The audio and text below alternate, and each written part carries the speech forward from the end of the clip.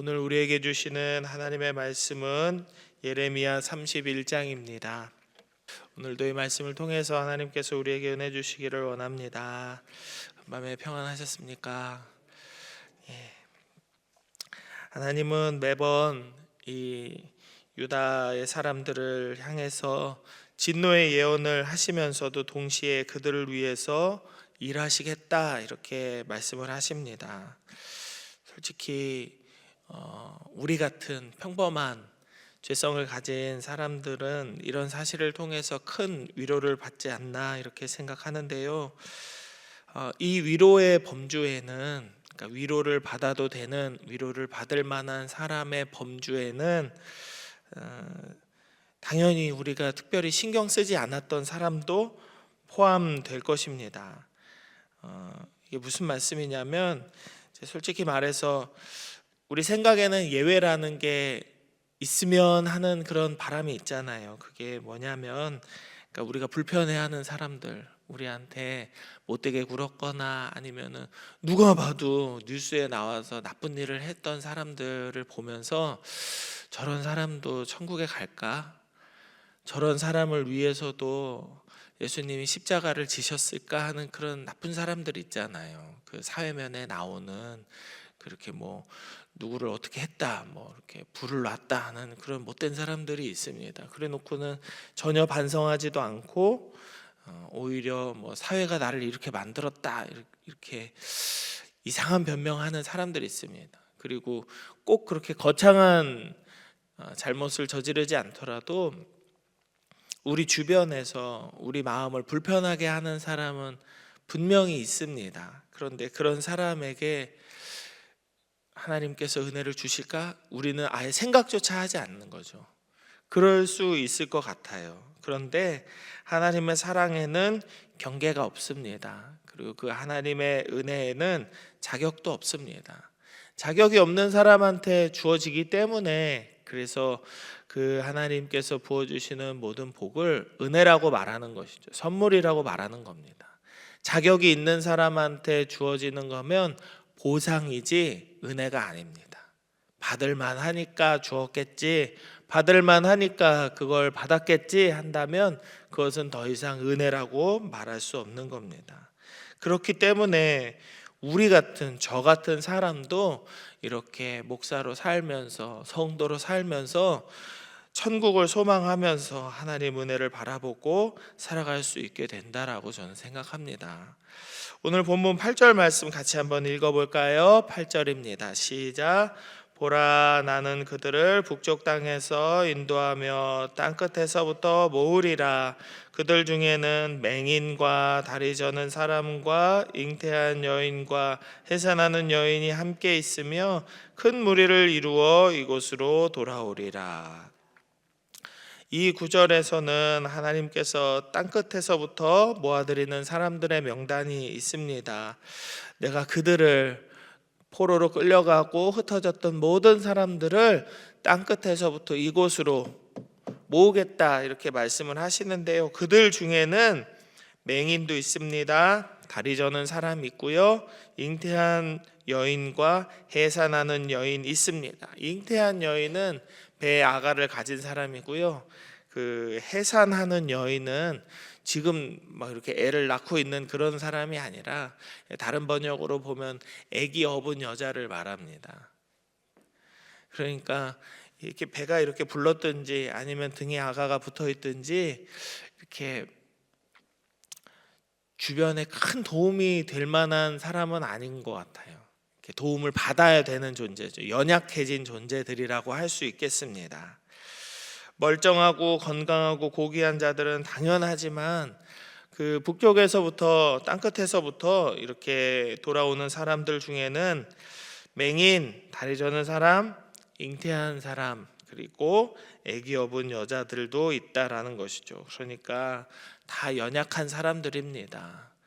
주변에 도움이 되기보다는 좀 도움이 필요한, 뭐 그런 분들도 사실 뭐 옆에 있는 사람들한테 도움이 전혀 안 될 일은 없죠. 그분들한테 도움을 우리가 받을 수도 있습니다. 그러나 성경의 이 구약 시대에 이때의 정서를 고려해 봤을 때 몸에 장애가 있으면 예수님 시대에도 그런 일들이 있었잖아요. 누가 이렇게 장애가 있었는데 사람들이 가서 물어보잖아요. 이 사람이 이렇게 된 거는 이 사람 죄입니까? 이 사람 부모의 죄입니까? 예수님한테 물어보잖아요. 장애가 있다라는 것은 저주를 받은 것이고, 저주뿐만이 아니라도 이 사람은 적어도 하나님한테 복을 받지는 않았다라는 것이 이 사람들의 기본적인 상식이었습니다. 그런데 그런 연약한 사람들, 그 육신에 어려움이 있는 사람들, 지금 당장 내 몸이 컨디션이 100%가 아닌 사람들, 배가 이렇게 불렀고 애기 업고 있고, 그런 사람들도 하나님의 은혜로 다시금 하나님 나라의 일원으로 이 땅에 돌아오게 될 것이다 말씀하는 것이죠. 이들이 돌아오게 되는 길에는 하나님의 은혜가 예비되어 있습니다. 9절의 말씀을 제가 읽어드립니다. 눈으로 한번 보세요. 그들이 울며 돌아오리니 나의 인도함을 받고 간구할 때에 내가 그들을 넘어지지 아니하고 물 있는 계곡의 곧은 길로 가게 하리라. 나는 이스라엘의 아버지요 에브라임은 나의 장자니라 라고 말씀합니다. 그들은 울면서 떠나간 그 길을 위로를 받으며 다시 돌아오게 될 것인데, 넘어지는 사람이 하나 없도록 탄탄한 대로로 인도함을 받게 될 것입니다. 그리고 목마르지 않도록 시냇가로 인도함을 받게 될 것이라고 말씀합니다. 그래서 그들은 하나님의 은혜로 충만함을 얻게 될 것인데, 그 은혜가 마치 12절에서 나오는 물된 동산과 같게 될 것이다 라고 말씀하시는 것이죠. 물된 동산이라는 표현은 자주 들어보셨죠? 물된 동산은 성경에 몇 번 안 나오는데요, 이사야 58장 11절에서도 나옵니다. 제가 읽어드릴게요. 여호와가 너를 항상 인도하여 메마른 곳에서도 내 영혼을 만족하게 하며 내 뼈를 견고하게 하리니 너는 물된 동산 같겠고 물이 끊어지지 아니하는 샘 같을 것이라 라고 이사야 58장 11절에서는 말씀합니다. 하나님께서 인도하시는 풍성한 은혜의 동산에 거하는 자들의 삶은 물된 동산과 같아서 더 이상 목마르지도 줄이지도 않은 풍족한 삶을 살게 될 것이라는 이사야의 말입니다. 그러나 우리는 언제나 반대의 상황이 존재한다라는 것을 알아야 됩니다. 복음이 기쁜 소식이잖아요. 영어로 하면은 뭐 거창하지 않습니다. 굿뉴스입니다. 그냥 굿뉴스. 그런데 복음이 있다면, 기쁜 소식이 있다면 반대의 소식도 있는 것이죠. 배드뉴스, 나쁜 소식, 우리에게 절망스러운 소식도 있습니다. 물된 동산이 있다면 물 없는 동산도 있습니다. 이사야 1장 30절에 이런 표현이 있습니다. 너희는 잎사귀 마른 상수리 나무 같을 것이요 물 없는 동산 같으리니 라고 이스라엘 사람들에게 너희는 이런 존재가 될 거야 라고 저주의 음성이 들리는 거죠. 하나님을 떠난 자들, 하나님과 상관없이 살아가는 사람들에게는 은혜의 샘이 없다는 것입니다. 그래서 그들은 물 없는 동산과 같이 메마르고 황폐한 인생이 될 것이다 말씀하시는 거죠. 그래서 이 예레미야 31장 안에서는 하나님께서 이들을 돌아오게 하실 것이고 물된 동산과 같이 만들어 주실 텐데, 그 물된 동산과 같이 만들어 주시는 과정 안에서 그 근거를 제시합니다. 하나님께서는 유다의 백성들과 새로운 언약을 맺으시는 것이죠. 물된 동산이 되게끔 새로운 언약을 함께 약속하는 겁니다. 그들이 더 이상 율법에 얽매이거나 율법에 이렇게 치여서 도망가지 않도록, 하나님의 공의와 사랑을 또다시 저버리지 않도록 새로운 약속을 통해 그들을 물된 동산으로 만들어 주실 것을 약속하십니다. 33절과 34절 같이 한번 읽어봅니다. 조금 길지만 33절 4절입니다. 그러나 그날 후에 내가 이스라엘 집과 맺을 언약은 이러하니 곧 내가 나의 법을 그들의 속에 두며 그들의 마음에 기록하여 나는 그들의 하나님이 되고 그들은 내 백성이 될 것이라. 여호와의 말씀이니라. 그들이 다시는 각기 이웃과 형제를 가르쳐 이르기를 너는 여호와를 알라 하지 아니하리니 이는 작은 자로부터 큰 자까지 다 나를 알기 때문이라. 내가 그들의 악행을 사하고 다시는 그 죄를 기억하지 아니하리라. 여호와의 말씀이니라. 아멘. 새 언약의 대상이 되는 이들에게는 하나님과의 약속이 항상 함께하기 때문에 그들은 하나님의 백성이 될 것이다 이야기하는 것이죠.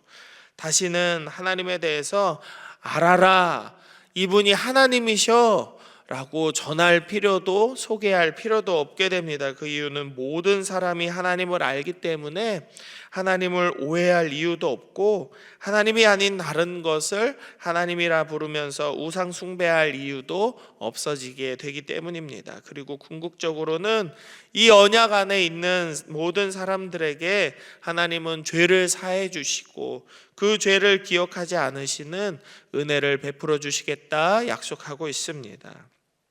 구원을 주시는 것이죠. 이 생명의 약속 안에서 우리는 하나님의 은혜를 누리면서 물된 동산과 같은 충만한 삶을 살게 되는 것입니다. 우리는 때로는 우리의 삶에서, 자기 삶에서 느껴지는 무력함과 인생의 답답한 상황 속에서 무너질 때가 있습니다. 나에게 왜 이런 일이 일어났을까? 내 아들에게, 내 딸에게, 내 남편에게, 내 아내에게, 내 형제에게, 내 부모에게, 내가 사랑하는 그 사람에게 왜 이런 일들이 일어났을까? 마음이 무너질 때가 찾아오는 것이죠. 그리고 다른 이들은 물론이고 하나님 앞에서 내가 대체 뭘 할 수 있을까? 예배에 나오는 것도 힘들고 겨우겨우 예배 나와서 그냥 앉아있다만 1시간 이 자리를 채우고만 돌아가는 그런 시절을 보낼 때가 우리에게는 분명히 있습니다. 그러나 여러분, 그런 마음이 들 때, 여러분이 그런 상황에 처했다라고 생각됐을 때 8절의 말씀을 기억하시기 바랍니다. 하나님은 절대로 연약해진 우리들을 외면하지 않으십니다. 이사야 53장에서 표현되는 예수님의 모습을 한번 기억해 보시기 바랍니다. 그는 주 앞에서 자라나기를 연한 순 같고 마른 땅에서 나온 뿌리 같아서 고운 모양도 없고 풍채도 없은즉 우리가 보기에 흠모할 만한 아름다운 것이 없도다. 그는 멸시를 받아 사람들에게 버림받았으며 간고를 많이 겪었으며 질고를 아는 자라. 마치 사람들이 그에게서 얼굴을 가리는 것 같이 멸시를 당하였고 우리도 그를 귀히 여기지 아니하였도다 라고 이사야는 예수님에 대해서 예언합니다. 한마디로 인간적으로 볼만한 게 아무것도 없는 사람이었다는 거죠. 말라 비틀어진 땅에서 나온 뿌리 같은 사람이다. 외모적으로는 도저히 기대할 만한 게 아무것도 없어 보이는 그런 사람인 거죠. 멸시를 많이 받아서 사람들에게 버림도 받고 간고를 많이 겪고 질고를 아는 자라. 그러니까 뭐 그런 얘기 있잖아요. 약간 이렇게 슬픈 눈을 하고 있는 사람을 보면 이 사람 사연 있네 뭐 이런 얘기 하잖아요. 예수님이 질고를 안다라는 것은, 안다라는 건 이렇게 뭐 암이나 뭐 심장병이나 뭐 또 당뇨나 이런 병들에 대해서 그 병 걸리면 아프다며라는 이런 사실을 정보를 아는 게 아니라 경험해 본 거죠. 질고를 안다라는 건 그 아픔의 정도와 그 아픔이 주는 두려움과 미래에 대한 공포, 인간이 느낄 수 있는 모든 연약함의 감정을 예수님은 아신다라는 거죠. 경험하셨다라는 것이죠. 그래서 마치 사람들이 얼굴을 가리는 것처럼 멸시를 당하였고 우리도 그를 귀히 여기지 않았다라고 이렇게 이사야는 이야기합니다. 예수님도 모든 이들이 외면했던 그런 분이셨어요. 그러나 하나님은 그런 분을 통해서 우리를 일으켜 세우시고 구원하시고 우리에게 천국의 소망을 갖게 하셨습니다. 하나님이 우리를 물된 동산으로 만들어 주심을 통해서 우리 자신뿐만 아니라 분명히 우리 주변의 많은 이들이 그 은혜의 강물을 맛보게 될 줄로 믿으시기 바랍니다. 그리고 그 은혜 안에서 우리 영혼이 회복된 것처럼 우리가 사랑하는 우리 가족들, 자녀들, 우리 주변에 있는 사람들도 평안과 안식과 구원을 얻게 될 것입니다. 우리에게 허락된 이 소중한 인생을, 값진 인생을 아름답게 살아가는 우리 모두 되기를 원합니다. 하나님은 우리를 죄악 가운데서 구원하시고 영원한 생명으로 인도하시고 연약한 우리를 통해서 또한 많은 이들을 살리실 것입니다. 이 믿음으로 사랑하는 이들을 위해 기도하고 저들의 영혼이 하나님께 힘을 얻기를 간구하는 이 하루 되었으면 좋겠습니다. 하나님께서 기도하는 모든 이들의 기도에 응답하시는 이 하루가 되기를 주님의 이름으로 축복합니다. 기도하겠습니다. 이 시간 기도할 때는 말씀을 기억하시면서 우리를 물된 동산같이 만드시는 하나님의 은혜로 충만한 오늘이 되게 해달라고 기도하시겠습니다.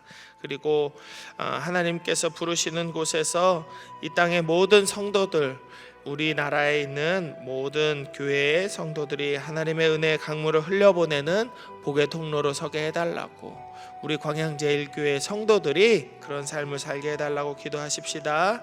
모든 교회들이 일어나 하나님을 찬양하고 이 나라와 온 열방의 평안을 위해서 기도하며 섬기는 그런 공동체가 우리 교회들이 되게 해달라고 기도하시면 좋겠습니다. 그리고 마지막으로는 이제 새로운 지도자를 뽑아야 하는 대선이 다가오고 있는데 정말 하나님의 뜻에 합당한 자가 세워지게 하시고 이 일을 통해 하나님께서 우리나라를 하나된 나라로 회복시켜 주옵소서 기도하십시다. 그리고 산불 피해로 아직도 고통받고 있는 모든 이들에게 하나님 평안을 주시고 저들의 삶의 자리를 회복할 수 있도록 하나님 은혜 내려 주옵소서. 이 세 가지 놓고 함께 기도하며 나아갑니다.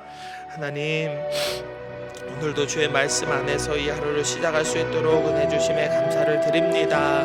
우리는 죄인이고 우리의 죄성은 하나님의 마음을 아프게 하지만 그럼에도 하나님은 우리를 은혜로 사랑하시고 은혜로 채워주시고 은혜로 이끌어주심을 우리가 믿습니다.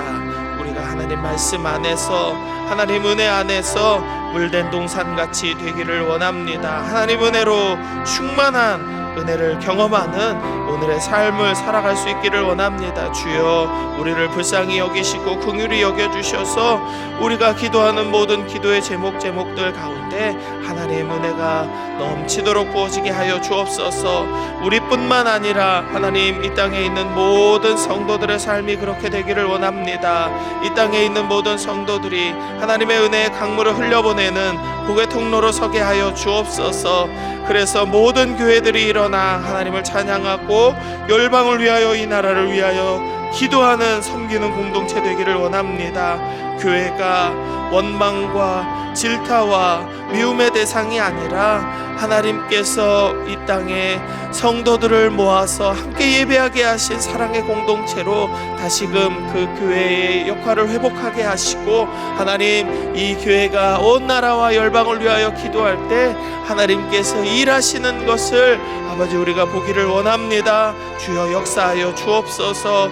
특별히 이제 다가올 대선에서 하나님의 뜻에 합당한 자가 세워지기를 원하며 우리가 기도합니다. 주여, 우리의 기도를 들으시고 하나님께서 세우시는 하나님을 경외하고 하나님을 두려워하며 불의한 이익을 미워하는 참된 지도자가 세워질 수 있도록 주여 역사하여 주옵소서. 세워지는 이를 통하여서 하나님께서 이 나라를 하나된 나라 되게 하여 주시기를 원합니다.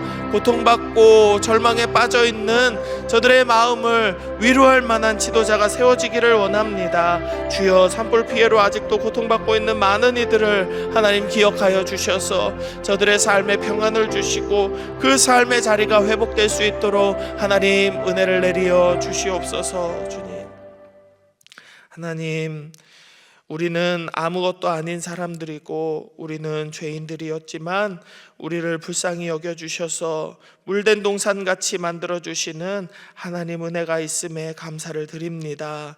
주님, 오늘도 하나님 은혜 충만한 이 하루의 삶을 살아가게 하여 주옵소서. 우리를 물된 동산같이 만들어주셔서 하나님의 은혜의 강물을 흘려보내는 복의 통로 되기를 원합니다. 이 은혜가 사랑하는 나의 배우자에게, 사랑하는 나의 자녀들, 자손들에게, 내 부모와 형제들에게, 사랑하는 나의 친구와 이웃들에게 흘러가게 하여 주시옵소서. 이 나라의 모든 성도들의 삶이 그렇게 되어서 하나님, 우리 모든 성도들과 모든 교회들이 하나님을 찬양하고 열방과 이 나라를 위해 기도하며 섬기는 공동체로 교회들이 거듭나게 하여 주시옵소서. 다가온 대선에서도 하나님 은혜 주시기를 원합니다. 하나님, 산불로 인하여서 고통받는 많은 이들에게 하나님 평안 주시기를 원합니다. 주여, 오늘을 살아가는 모든 환우들에게 하나님 회복을 허락하여 주시기를 원합니다.